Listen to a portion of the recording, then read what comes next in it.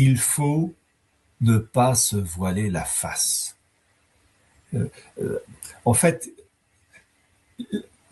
l'homme est de feu au mensonge, mais de glace à la vérité. La nature humaine est fragile, ça c'est Jean Lafontaine. Hein. Euh, la nature humaine veut toujours rêver. Allez, Poutine, ah c'est J.D. Vance, je me suis fait avoir avec Trump, maintenant c'est J.D. Vance. Mais arrêtez de rêver. Le problème, c'est qu'il y a un problème de formation.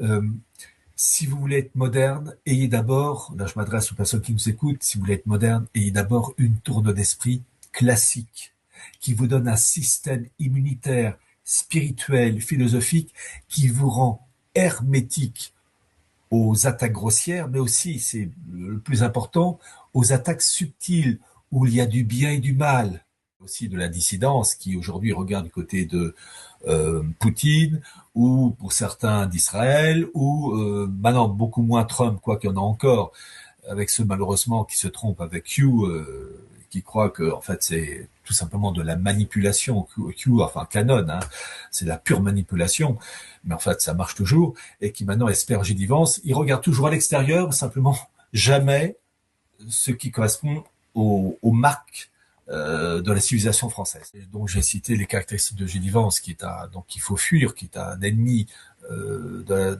notre civilisation, qui est un homme du système.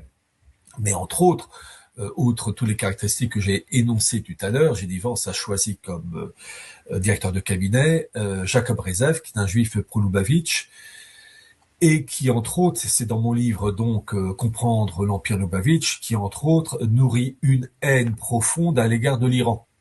Hein, bon, voilà. Et je laisse découvrir le reste aussi. Jacob Rezaiv a travaillé à un moment donné, quand il était étudiant, au service de Tucker Carlson aussi. Bon, Tucker Carlson a commencé, tient des propos différents, mais je tiens à préciser que les personnes qui critiquent comme Tucker Carlson ou encore Tulsi Gabbard et bien d'autres, mais je pense à Tucker Carlson entre autres, la politique de Trump, ou bien encore des universitaires comme John Mersheimer et Stephen Holt, où il y a des remarques tout à fait justes. Hein. Je rappelle que Tucker Carlson, il y a 1 mois et demi de ça, 2 mois, a dit que la guerre en Iran, c'était en fait une guerre menée au faveur des Lubavitch pour reconstruire le temple. Tucker Carlson a dit une chose tout à fait juste. Il y a rien à attendre de J.D. Vance, ou peu importe son nom, hein, et rien à attendre de Q, c'est que l'acte fondateur de l'État américain, c'est le monde issu du monde judéo-protestant, les fameux Mayflower, qui considéraient la Mecque du Nord comme la Nouvelle Jérusalem. Et tout ça, ça s'est construit en opposition à Rome. C'est ça le fond de... Donc, les fruits ne peuvent être que dans la continuité. La Constitution américaine naît des principes judéo-maçonniques.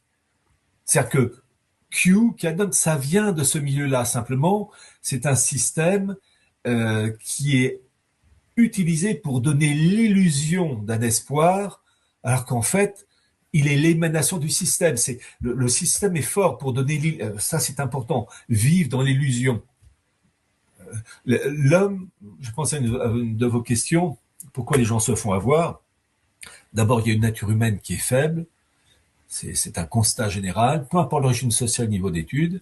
Et deuxièmement, l'homme, la nature humaine, aime vivre dans l'illusion, l'idéal, le rêve.